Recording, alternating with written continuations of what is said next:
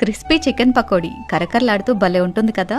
మనం ఎంత కష్టపడి ఇంట్లో ప్రిపేర్ చేసినా బయట బండి మీద కొన్న టేస్ట్ రాలేదని ఒక్క మాటతో తీసి పడేస్తారు. ఈసారి అలానే ఛాన్స్ ఇవ్వకుండా అచ్చంగా street style chicken pakodi prepare చేశాను. ఆ సీక్రెట్ ఏంటో మీకు కూడా చెప్తాను. మీరు కూడా ఈ సండేకి ట్రై చేయండి. దీనికోసం ముందుగా ఇలా 1/2 kg చికెన్ తీసుకోండి. చికెన్ పీసెస్ అన్ని కూడా ఒకే సైజ్ లో ఉండేట్టు చూసుకోండి.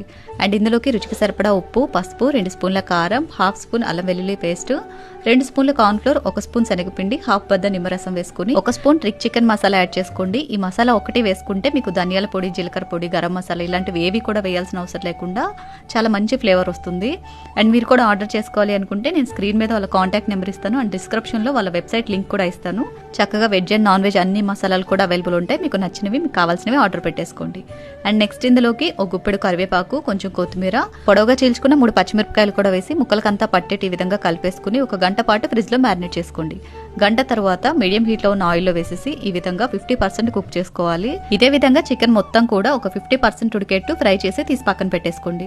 ఇది కొంచెం చల్లారిన తర్వాత అంటే ఒక 5 మినిట్స్ తర్వాత మళ్ళీ దీన్ని ఆయిల్ లో వేసుకుని ఈసారి చికెన్ ని బాగా క్రిస్పీగా ఎర్రగా అయ్యేంత వరకు కూడా ఫ్రై చేసుకోవాలి. మీరు గమనించినట్లయితే బయట చికెన్ పకోడీ చేసే వాళ్ళు కూడా 50% కుక్ చేసుకుని పెట్టుకుని ఎవరైనా కస్టమర్లు వెళ్ళినప్పుడు అప్పటికప్పుడు ఈ విధంగా క్రిస్పీగా ఫ్రై చేసి ఇస్తూ ఉంటారు. దానివల్లే చికెన్ పైన కరకరలాడుతూ లోపల సాఫ్ట్ గా ఉంటుంది. ఈసారి మీరు కూడా ఇలా ట్రై చేయండి. పర్ఫెక్ట్ చికెన్ పకోడీ చేసేస్తారు. తప్పకుండా ట్రై చేయండి. వీడియో నచ్చితే లైక్ చేయండి. Thanks for watching.